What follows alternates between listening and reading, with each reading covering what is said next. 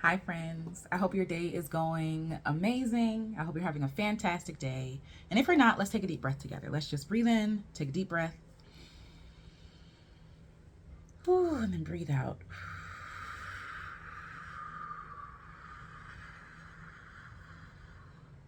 Doesn't it feel good to breathe? I've been thinking a lot about the algorithm, being a creative, capitalism, all the things. I should have notes and I don't. So I'm just going to just kind of free flow because I'm kind of frustrated. On one hand, I'm grateful for technology, for social media, the algorithm, all these different things, because that means that my art can go places that I can't, right? I am one person in this one place, right? But the internet has allowed my art to live in real time in different places. Um, you know, excuse me. I'm able to build a community around my art. I'm able to build a community with other people.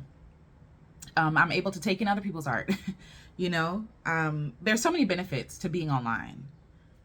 And at the same time, there are so many frustrations with being online as well, right? Like there's so many, on one hand, we lost the gatekeepers, but then we gained other gatekeepers. I remember when Instagram first started, it was so much fun. As a photographer, I love taking pictures. So being able to post my photos and have people share it in real time, their thoughts about it, or, I get to post it was like a scrapbook for me. Like, oh, this is something that I ate today. This is something, that I enjoy. It felt human. Instagram felt human at some point. And I feel like at some point we've lost that humanity. Everything is the same. Everybody's doing the same trends. And I understand why, right? Like, the reason why people are doing the same trends is because they see, oh, this worked for that person, so I'm going to do the same thing. Oh, it's popular, or they might just want to try it, right? There's also that option. But a lot of us are doing things not because we really want to or because we're inspired, but because we feel like we have to do this thing to play the game, to get recommended to people, for people to watch. Because that's another thing. Technology today, the internet today, what do you call it? Social media, it has trained us. It has trained us. I have a lot of thoughts going on at the same time, so we're going to get there. But it has trained us to not be able to sit down and consume, or enjoy, and that's another thing. Oh, I'm already ahead of myself. Okay, let me write these things down. Okay, so I have the window open, so hopefully you can still hear me. But consumption, right? We have trained ourselves, or the algorithm has trained us to see other people as something to be consumed, to see their art as something to be consumed. We were always enjoying art, right? But I feel like before social media, we had a greater appreciation for art and artists. Maybe, I don't know, maybe not that I've been around that long, but I think with social media, it has lessened the veil, which can be a good thing or a bad thing, right? It has thinned the veil, I should say, between creator and enjoyer of their art, right? And so now we have these like lenses into people's lives. We see all these other things, and we feel like we're watching a reality show, when no, this is someone's life. But on the same hand, right, people curate their lives in a way that gets them views and attention and followers and all these different things because they're trying to survive. They're trying to play the game. And as an artist who really just wants to create art and be themselves and put it out there, it can be frustrating. I know. So like, it can be frustrating to want to just put your art out there and to have people enjoy it. You took time with that art, right? You took days, weeks, years sometimes, right? And then all of a sudden it just consumed like that on the internet. Like, I know as a photographer, when I was still in my photography bag, when I was doing portrait photography, I spent hours, hours on portraits, for people, like using Photoshop and a lot of things, color correcting, grading, all those different things. And I presented them to my clients like, oh, I hope that you enjoy this, right? And for me, it was art. And that's why I had to kind of pull out, because I was getting too attached to these photos, but also I was getting burned out. But I would give them the photos, and I realized that a lot of my clients wanted the photos just to post on social media. Like, it wasn't about the experience. It wasn't about like the storytelling. Maybe on some hand it was, but a lot of people wanted to get their photos done professionally for social media. And as a photographer who does portrait photography, my portraits are more, I enjoy more like authentic photos. So like, I don't like doing a whole bunch of touching up. I don't like, I want to take pictures of you all enjoying dinner together or playing at the park with your kids, right? Like, those are my kind of photos. I don't even know how we got here, but either way, like, they would edit it or put filters on it or whatever. And it's just like, I spent so much time on that photo and you did this, right? And I'm not even blaming my client. I'm blaming social media that has been constructed in a way where we are such perfectionists. We are so afraid to be seen. We want so badly to be seen, but we don't want to be seen. You know what I'm saying? And so people are allowed to curate. They're allowed to do whatever they want. But because of social media is only giving us little vignettes into people's lives, they're able to show us the vignettes that they want to show us. And even like authentic content, even that is a brand, right? Like, there are people who are really authentic online. You know, I aim to be, I try to be, but even I get caught up in like, oh, I need to talk like this. I need to edit it like this. I need to cut out this in between here, or like this space, because it's not going to hold my audience's attention. And I had a thought about that. This is another tangent. I had a thought about that. I don't want to insult my community. One, sure, it's an audience, but I like to see it as a community. I do. And I don't want to insult people to be like, oh, they're not gonna be able to follow me if I leave this here or this or if I misspeak, or if I stumble over my words, or if I'm going on a rant and it seems like I'm going all over the place, right? Like, my community is smart. They are brilliant, right? And I don't want to have to edit myself to like be real choppy and like this, right? Like, I want to be human. And I feel like social media has the creators of social media, not the social media is amazing, but the creators of the social media platforms, the people who want the money, who want the coin, like, they're the ones that make social media so hard to be on as a creative and as an artist. One, they pay people pennies, like half of pennies. I talked about this before. As an artist, as a singer, you know, when I'm streaming on Spotify, I think I get like 0.004 cents. 0.004 cents for every stream. And I think if you get like 1 million streams, you only get like $1,000 something, right? So I talked about that before. And these platform creators own no real estate aside from like their buildings, right? To get started, no real estate. Like, they have like, it's so little startup cost, and they're making so much money. And the people who are creating the platforms, the artists, the creators, right? The people who are literally creating the content on these platforms are bringing people to the platform in the first place. We're not here for Instagram. You feel me? Like, we're here for the people we follow. We're not here for YouTube itself. We're here for the people who make the videos that we want to watch. You know what I'm saying? And so to play the game, we have to pay them a very hefty fee.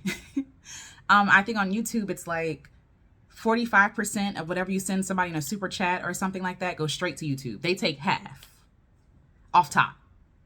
Now, that to me feels wrong. But you know what I'm saying? Like, everybody's like, it is what it is. And it's like, is it? Or can we make it something different? We'll talk about that later. But either way, like, so you're playing this game, you're making pennies on the dollar, right? And people are becoming burned out. I know a lot of YouTubers, for example, have made a lot of videos about burnout and how they're tired. And I resonate with them, right? Like, there's no off days on YouTube. There's no taking a break. If you take a break on YouTube, you're penalized. They stop recommending your content. Like, it's almost like social media has become the new plantation. Technically, we're getting paid, right? Technically, sometimes. And then if there's something wrong that the platform deems unworthy of being payworthy, because they're being paid by people who make commercials. What are they called? Marketers.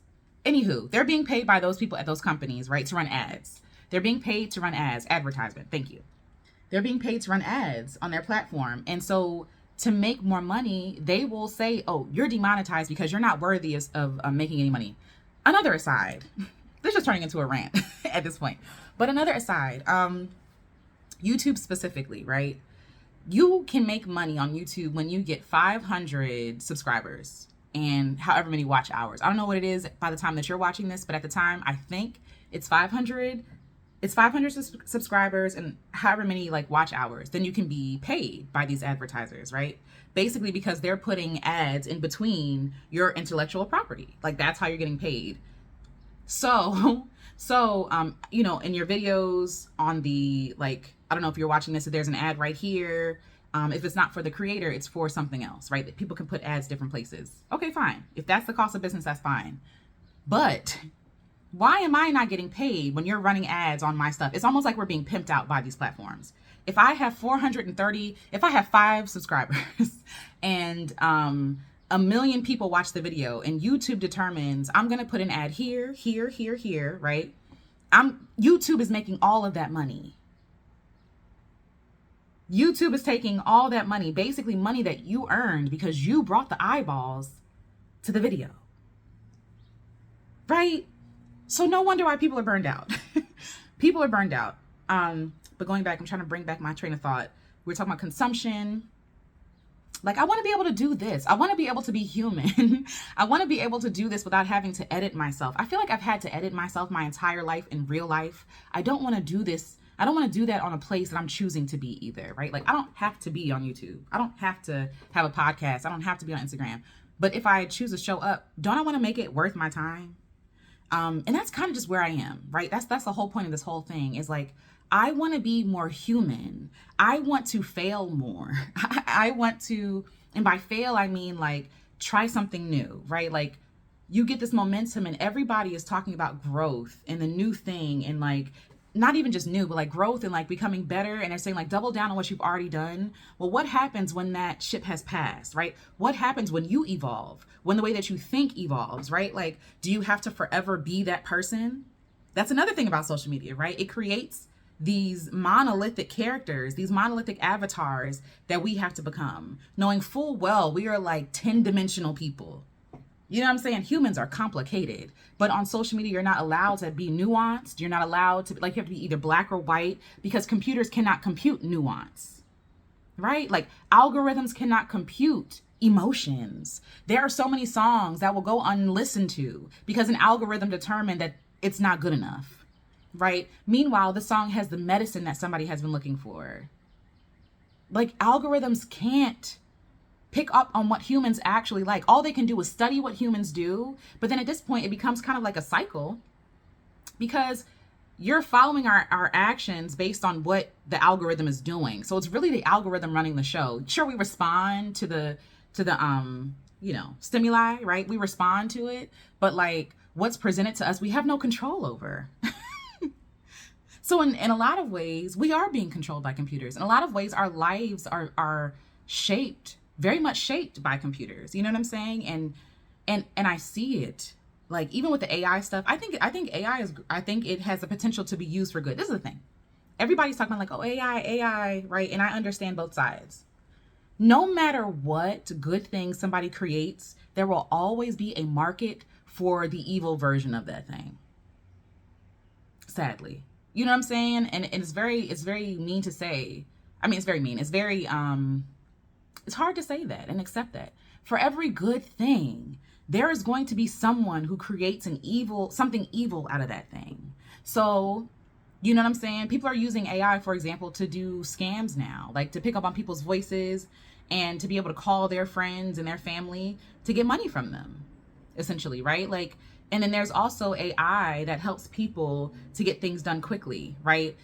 In less time, to be able to research certain things, to be able to, help them with learning disabilities. Like there's so many benefits to so many things, but people can be evil. And those evil people create the negative version of that. But anyway, as I'm seeing society go through, like, I just feel like, wow, like I couldn't even imagine being here as a kid. I need to make sure that I'm staying human. And that goes with even my creation on social media. There was an artist, Amy, and her handle, I think, is like Inspired to Write. She asked a question to people and she asked us, what would you create? What would you post? What would you share? What would you do if you didn't have to play to the algorithm gods, or whatever way that she said that? If you didn't have to like try to play the algorithm, what would you create? And I thought that was so fascinating because like a lot of us are not showing all of ourselves, right? We're monolithic, one, because we want to choose the thing that is the most profitable. And so in a way, because we're choosing the thing that is most profitable, we see the other parts of us as no profit, right? Like there's no benefit to having those sides or showing those sides or like embodying those sides of us, right? Those different dimensions. And I'm just wondering like how that affects our actual like mental health and how we see ourselves and each other, right? So going back to consumption, we're watching, it's almost like our brains, we think we're watching TV. We think we're watching Living Single or Hey Arnold or something, right? We don't think that we're watching actual people with feelings, and like it makes us so callous because the people on our screens become characters who are here to perform for us and to entertain us, as opposed to human beings who are whole people, right? And there are going to be parts of them that we don't like, and there are going to be parts of them that we love, because that is the human experience. Even with ourselves, there are parts of us that we don't like. And hopefully we love ourselves, right? So like, it gives you no room. It's like the whole world is a stage. Like, I know that's a quote, but like social media, it's almost like a prophecy, because social media, the whole world, everything is a stage, and everything is for sale. Everything is for sale. And I don't want my personality to be shaped by a computer, right? Like, I don't want to sell my soul for an algorithm. You know what I'm saying? Yes, use the algorithm to your advantage. Absolutely. But do not lose yourself chasing ones and zeros. They're ones and zeros based on biased, at this point, based on biased information. Like, algorithms are programmed by people, right? So people are going to put themselves in the algorithm. So there's still a human component to algorithms, but they're biased opinions based on the people who are programming. So if you have, for example, Facebook, let's say that Facebook was run by 90% men. I don't know what it really is, but let's just say 90% men, white, cishet men, right? Like, let's say it was run like that. They're going to push forward and think in a way that only they understand their experience, which is not necessarily evil in itself. I think we all have biases, you know what I'm saying? Which is the reason why if we're going to talk about diversity, these are the things we need to talk about. Like, there's nothing wrong with you centering your experience, because that's your experience. So bring in other people who can center theirs, who is not your experience. You feel me? Anywho, but these are programmed by people at the top who think a certain way, who prioritize certain things, who might not be artists, may not be photographers. So they wouldn't know a good photo if it jumped up and kissed them. You know what I'm saying? Like, so it's like, so we think that because we don't get a lot of engagement, let's say for this fictional Facebook, whatever, we don't get enough engagement, there's something wrong with us. When it's like, no, you're just not a white man. Right? But the beautiful thing is, I think now they're trying to become more diverse and more, I don't know. I don't really work in tech, so I might be just speaking out of assumption. But I think it's interesting how we as a society are groomed by these computers, put in place by white men, generally. You know what I'm saying?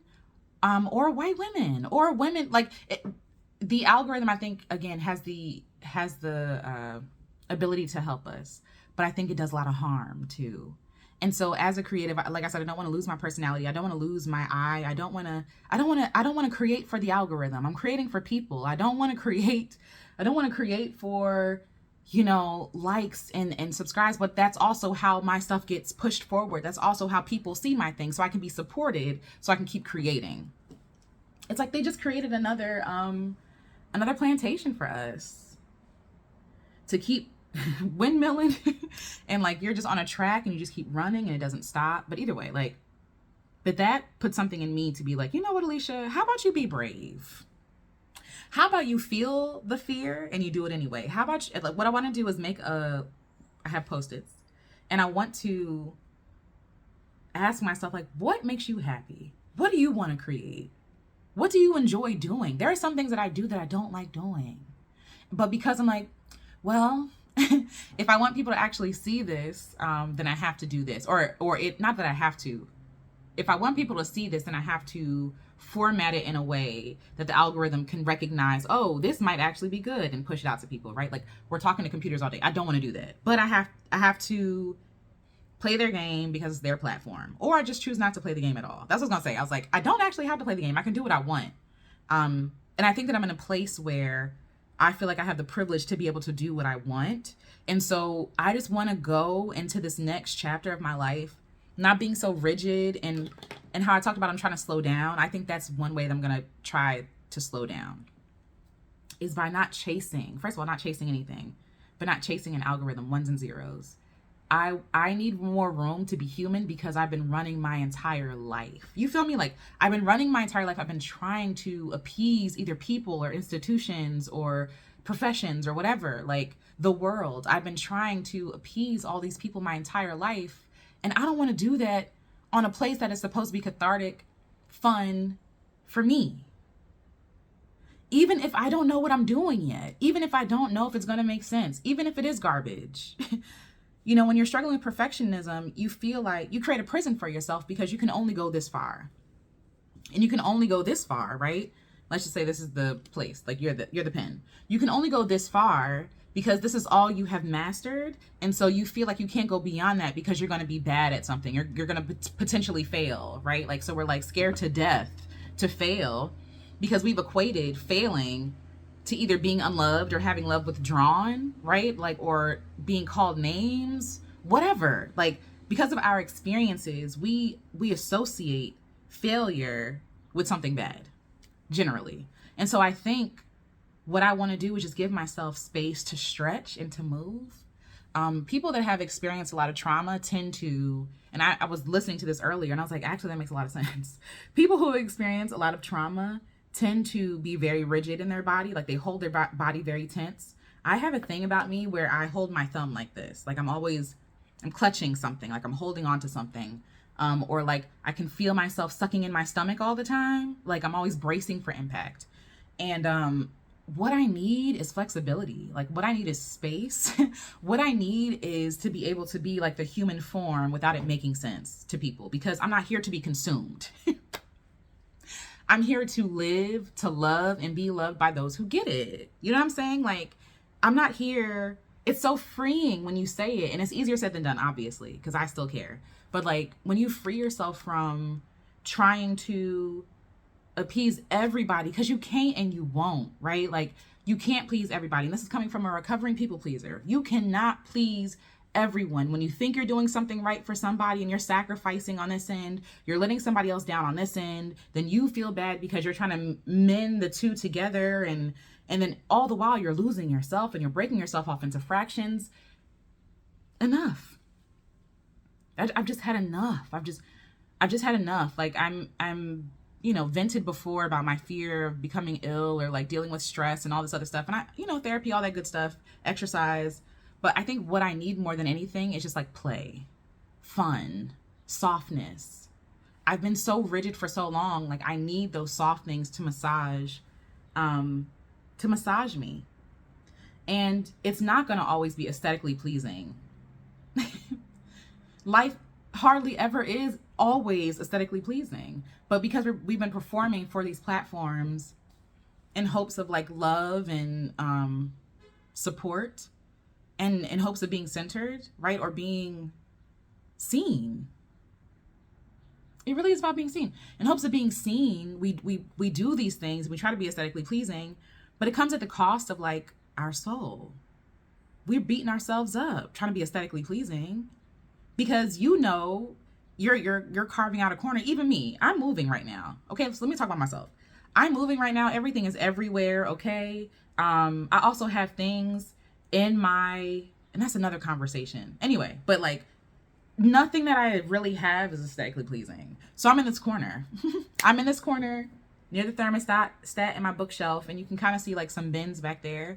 But like, what am I going to do? And so I was like, okay, so are you just not going to create until everything gets put away? Because golly, I'm looking around right now, so much stuff. But no, like, and also stop insulting your community's intelligence. Stop, like, they're not asking, and stop insulting your community because they never asked for that from you. I think generally a lot of us do want, like, we want aesthetically pleasing. We want the frame by frame thing, the edits. And listen, I'm a human. I am not a filmmaker. Okay. I never said that I was. I make stuff that's fun to me. And what would it be if I gave myself like a whole year to still talk about the things that I want to talk about? Because I do have a lot of stuff to talk about. And that's another thing. I like talking. I like sharing my ideas with people, and growing up, I didn't really get that a lot. You know what I'm saying? People either thought I was too weird or it wasn't that deep. You know what I'm saying? So So I went in, I wrote a lot, like, and that's how I became one. My mom taught me how to write, but that's how I became a good writer. Like, okay, this is the only place that I can be. And I want like all of my platforms to be that, to have room for me to be human, to be a notebook again. You know what I'm saying? This is not a class presentation. This is my journal at 9 p.m. You know what I'm saying? On a school night when my parents think I'm asleep and I'm journaling. You know what I'm saying? Real human do real things. Real human spit. Real humans have boogers. Real humans sneeze. Real humans have stuff on their face so they didn't see the whole video. And we live in a place where we feel like, shoot, I got to delete that whole thing and do it all over again because I had a booger in my nose. You know what I'm saying? Like, yeah, it might be unsightly, but everybody has boogers in their nose at some point. Like, that's how real I want to be. There was a post, and this girl was talking about taking poops. And so I'm gonna just say this, okay? I am Alicia and I'm very proud of my poops. I know for some people it's like, oh, gross, yuck. We all poop, okay? Like, and I know for some people it's fine, but I really don't care. But pooping, like, it doesn't bother me. But I'm very proud of my poops. My poops are very regular, okay? And she made this video about when you take a poop. This is a little graphic, I'm sorry. But when you take a poop and you wipe and there's nothing there, like, you feel proud of yourself. And I'm like, oh my God, I thought that I was the only one. I thought that I was the only one that felt that way. Now that might be, you might feel this TMI. I might go back later and cut it out. But I probably won't, because it's just like, that's what I want to see.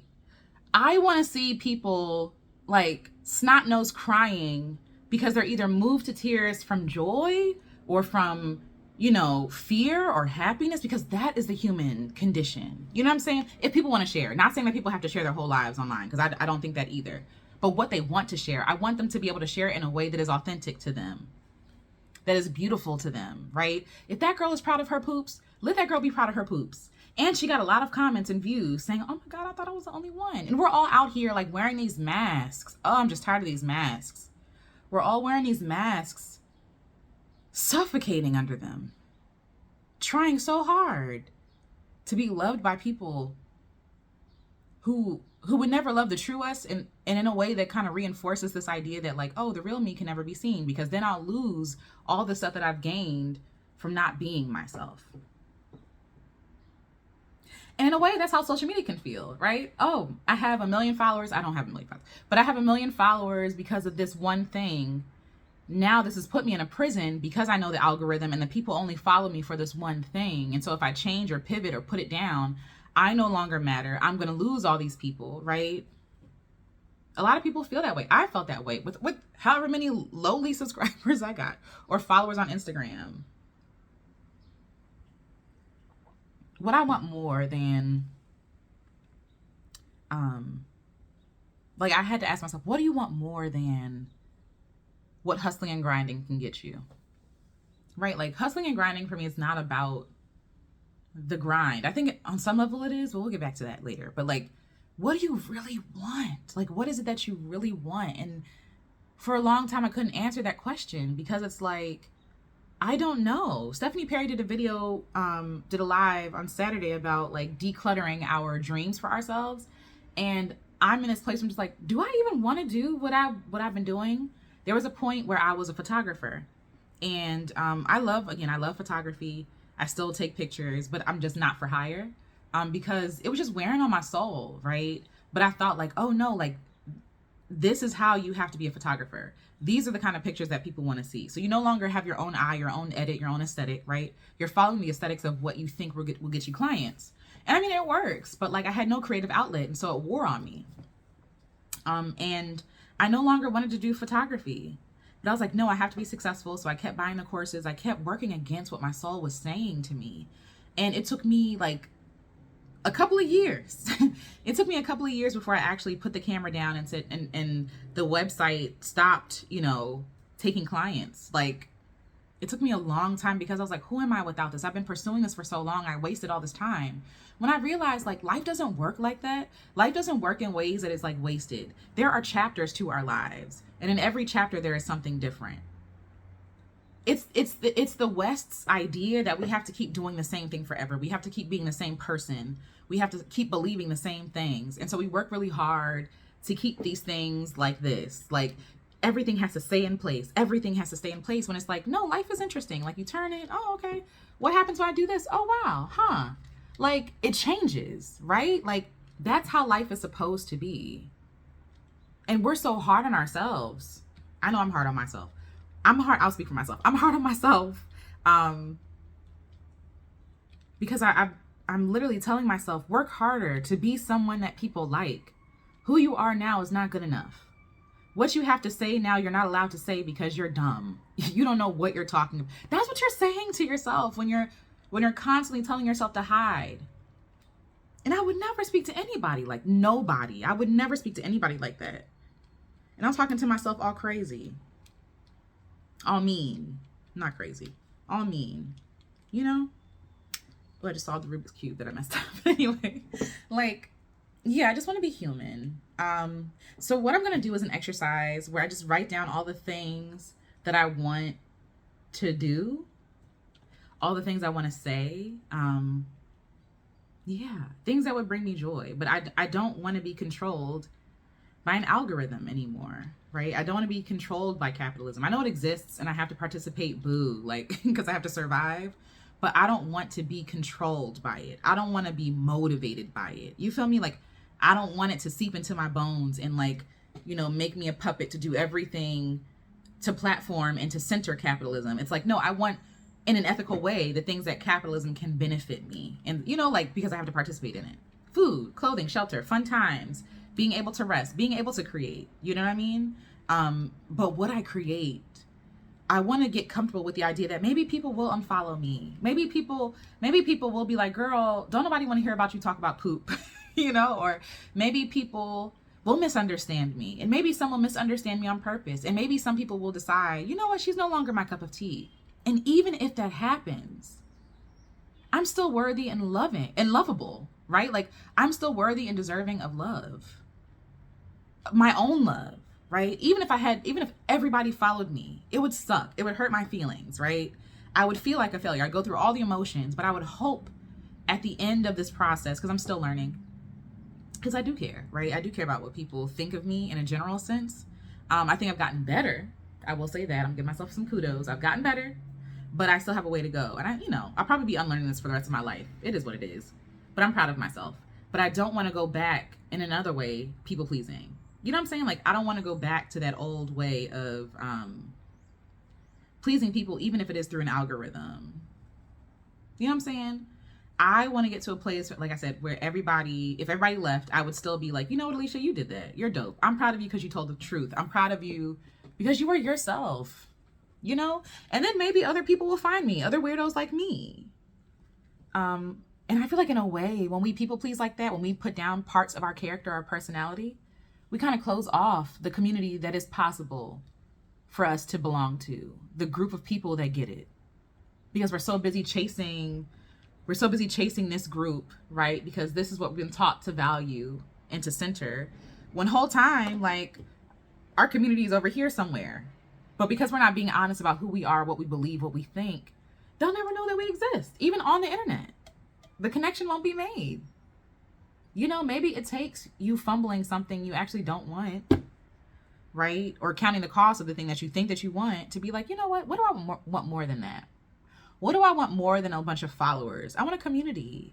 What do I want more than being super, super famous and touring the world? I want connection. I want to be able to live off of my art, yes, but I want people to be able to connect with my art more. I want people to be able to feel what I'm saying, like, in my music, in my writing, whatever it is, right? Like, I want people to be able to feel it more than I don't want to be worshipped. You know what I'm saying? Like, I don't want to be worshipped. I don't want to be, like, I don't mind being looked up to. To me, that feels different, right? Like, we're the same. Like, but even saying look up, but I mean look up as in like mentorship, that kind of thing. Not that you're below me, but like, oh, like I have something that, you know, I have some wisdom to give you. Not that you're below me.